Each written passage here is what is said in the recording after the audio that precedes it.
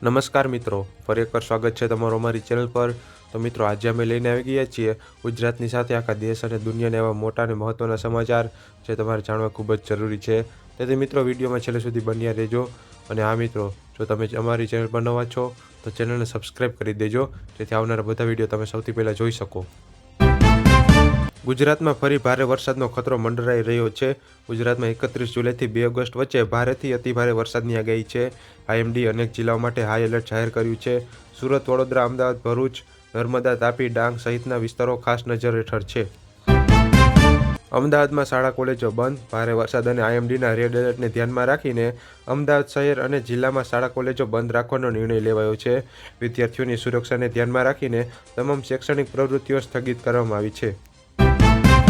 ગુજરાતના 94% પૂરગ્રસ્ત રસ્તા ફરી શરૂ થયા છે। તાજેતરના ભારે વરસાદથી નુકસાન પામેલા રસ્તાઓમાંથી આશરે 94% રસ્તાઓ પુનઃસ્થાપિત કરવામાં આવ્યા છે। રાજ્યમાં રાહત અને પુનઃસ્થાપના કામગીરી ચાલુ છે। બીજી તરફ નવા વરસાદી રાઉન્ડને કારણે વહીવટીતંત્ર ફરી સતર્ક બન્યું છે।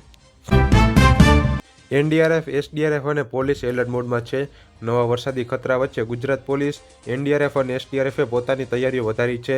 સંવેદનશીલ વિસ્તારોમાં રેસ્ક્યુ અને રાહત ટીમોની તૈનાતી, કંટ્રોલ રૂમ અને ઇમરજન્સી વ્યવસ્થાઓ મજબૂત કરવામાં આવી છે। અમદાવાદમાં વર્ક ફ્રોમ હોમની સલાહ। ભારે વરસાદની શક્યતા વચ્ચે અમદાવાદમાં જોખમ ઘટાડવા માટે અધિકારીઓએ શક્ય હોય ત્યાં વર્ક ફ્રોમ હોમ કરવા સલાહ આપી છે। પાણી ભરાવા અને ટ્રાફિકની સમસ્યાઓને ધ્યાનમાં રાખીને સાવચેતી રાખવા જણાવવામાં આવ્યું છે। ગુજરાતની નવી ઇન્ડસ્ટ્રીયલ પોલિસી પર ભાર। મુખ્યમંત્રી ભૂપેન્દ્ર પટેલે ગુજરાતની ઔદ્યોગિક આગેવાની અંગે ભાર મૂક્યો છે। નવી નીતિઓ હેતુ મેન્યુફેક્ચરિંગ, એમએસએમઈ અને રોકાણને વધુ વેગ આપવાનો છે। રાજ્યને રોકાણ માટે વધુ આકર્ષક બનાવવાનો પ્રયાસ ચાલી રહ્યો છે।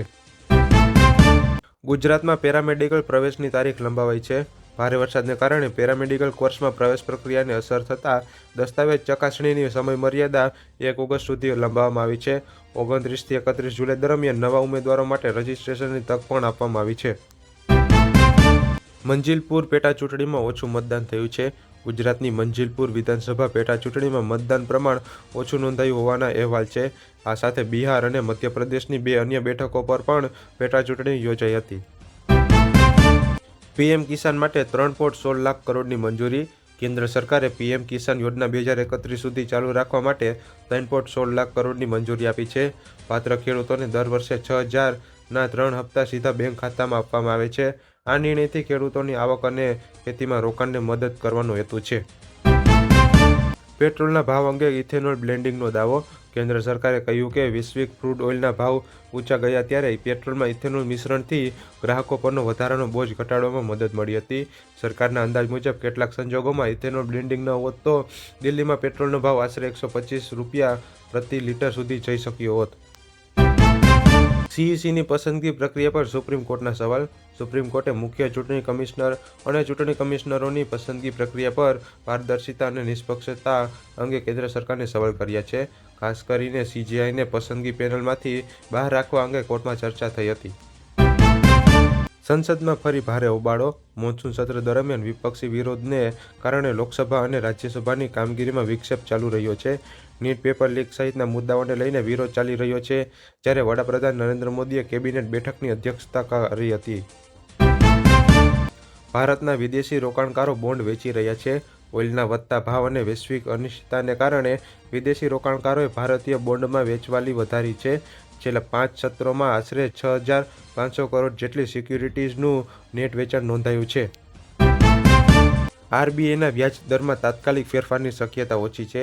રિટર્ન્સના અર્થશાસ્ત્રીઓના સર્વે પ્રમાણે આરબીઆઈનો રેપો રેટ 2026 દરમિયાન 6.25% પર જ રહેવાની શક્યતા વધુ છે। જૂનમાં મોંઘવારી 4.38 સુધી પહોંચી હતી, છતાં નબળી વૃદ્ધિની ચિંતાને કારણે તાત્કાલિક દર વધારવાની સંભાવના ઓછી માનવામાં આવી રહી છે। ભારતની આર્થિક વૃદ્ધિ 6.6% રહેવાનો અંદાજ। રિટર્ન્સના સર્વે અનુસાર ચાલુ નાણાકીય વર્ષમાં ભારતની જીડીપી વૃદ્ધિ 6.6% રહેવાનો અંદાજ છે, જે અગાઉના 7.7% કરતાં નીચો છે।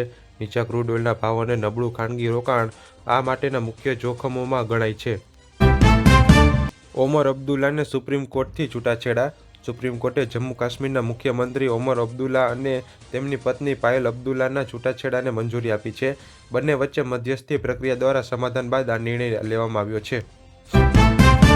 ગ્લાસગો કોમનવેલ્થ ગેમ્સમાં ભારતને 2 વધુ મેડલ. ભારતે 31 જુલાઈ સુધીના કોમનવેલ્થ ગેમ્સમાં વધુ 2 મેડલ ઉમેર્યા છે. લવપ્રીત સિંઘે વેઇટલિફ્ટિંગમાં સિલ્વર મેડલ અને સિમરન કાલરી રામને ડિસ્કસ થ્રોમાં બ્રોન્ઝ મેડલ જીત્યો છે. ભારતનો કુલ મેડલ ટેલી 17 સુધી પહોંચવાના અહેવાલ મળ્યા છે. ઉદ્યોગ અને રોકાણ માટે સરકારનો ફોકસ. કેન્દ્ર સરકાર તરફથી મેન્યુફેક્ચરિંગ, સેમિકન્ડક્ટર, કેમિકલ પાર્ક અને અન્ય ઔદ્યોગિક ક્ષેત્રને પ્રોત્સાહન આપવાની નીતિઓ પર ભાર ચાલુ છે. આનો ઉદ્દેશ સ્થાનિક ઉત્પાદન અને રોકાણ વધારવાનો છે. ગાઝા મુદ્દે હમાસના નિશસ્ત્રીકરણ અંગે મોટો દાવો. અમેરિકી રાષ્ટ્રપતિ ડોનાલ્ડ ટ્રમ્પે કહ્યું કે હમાસે અન્ય સશસ્ત્ર જૂથોના નિશસ્ત્રીકરણ તથા ગાઝામાંથી ઇઝરાયેલી સેનાને તબક્કાવાર વાપસી અંગે સમજૂતી થઈ છે. જોકે તેના અમલ માટે હજુ ઇઝરાયેલની મંજૂરી અને અનેક શરતો બાકી છે. યુક્રેનને વધુ મિસાઇલની જરૂર છે. યુક્રેનના અમેરિકામાંના દૂતે વધતા રશિયન હુમલાઓ સામે વધુ એન્ટી બેલેસ્ટિક મિસાઇલ અને એર ડિફેન્સની જરૂરિયાત વ્યક્ત કરી છે. સાથે જ રશિયા સાથે નવા સીઝફાયર ટોક્સ આગળ વધારવાની આશા પણ વ્યક્ત કરવામાં આવી છે. યુરોપમાં ભયાનક જંગલની આગ. યુરોપના અનેક વિસ્તારોમાં ગંભીર જંગલની આગ ચાલુ છે. ઊંચું તાપમાન, સૂકી જમીન અને હવામાનની અતિશય પરિસ્થિતિઓને કારણે આગના જોખમમાં વધારો થયો છે. વૈશ્વિક શેર બજારમાં તેજી. એમેઝોન અને માઇક્રોસોફ્ટના મજબૂત પરિણામોથી એઆઈ ક્ષેત્રમાં રોકાણકારોનો વિશ્વાસ વધ્યો છે અને વૈશ્વિક બજારોમાં તેજી પણ જોવા મળી છે. બીજી તરફ જાપાનીઝ યેન અંગે બજારમાં ભારે હલચલ રહી છે. જાપાનમાં વ્યાજદર યથાવત. બેંક ઓફ જાપાને વ્યાજદર યથાવત રાખ્યા છે. યેનમાં અચાનક મજબૂતી બાદ બજારમાં જાપાન સરકારે સેન્ટ્રલ બેંક તરફથી કરન્સી ઇન્ટરવેન્શનની અટકળો પણ વધી છે. અમેરિકામાં મેડિકેર ડ્રગ સબસિડી અંગે ચર્ચા. ટ્રમ્પ પ્રશાસન 2027માં મેડિકેર સાથે જોડાયેલી એક દવા સબસિડી યોજના બંધ કરવાની તૈયારીમાં હોવાનું એપીએ અહેવાલ આપ્યો છે. આથી લાખો વૃદ્ધ અમેરિકાના દવાના ખર્ચ પર અસર થવાની ચિંતા વ્યક્ત થઈ રહી છે. ફિફાની કોમર્શિયલ રાઇટ્સ યોજના સામે વિરોધ. એશિયન ફૂટબોલ કોન્ફેડરેશન, યુએફા અને કોનકાકાફે ફિફા પ્રમુખ ગેની ઇન્ફર્નિટોની વર્લ્ડ કપ કોમર્શિયલ રાઇટ્સને ખાનગી એક્ટિવિટી સાથે જોડવાની યોજનાનો વિરોધ કર્યો છે. આ મુદ્દે ફિફાની અંદર પણ નૈતિક અને હિતસંઘર્ષ સંબંધિત ચર્ચા ઊભી થઈ છે. તો મિત્રો, આ હતા આજના ગુજરાતની સાથે આખા દેશ અને દુનિયાના સૌથી મોટા અને મહત્ત્વના સમાચાર જે તમારે જાણવા ખૂબ જ જરૂરી હતા. જો મિત્રો તમને અમારો વિડીયો ગમ્યો હોય તો વિડીયોને એક લાઇક કરી દેજો અને ચેનલને સબસ્ક્રાઈબ જરૂરથી કરી દેજો જેથી આવનારા બધા વિડીયો તમે સૌથી પહેલાં જોઈ શકો. મળીએ મિત્રો આવા જ એક નવા વિડીયો સાથે. ત્યાં સુધી જય હિન્દ, જય ગરવી ગુજરાત.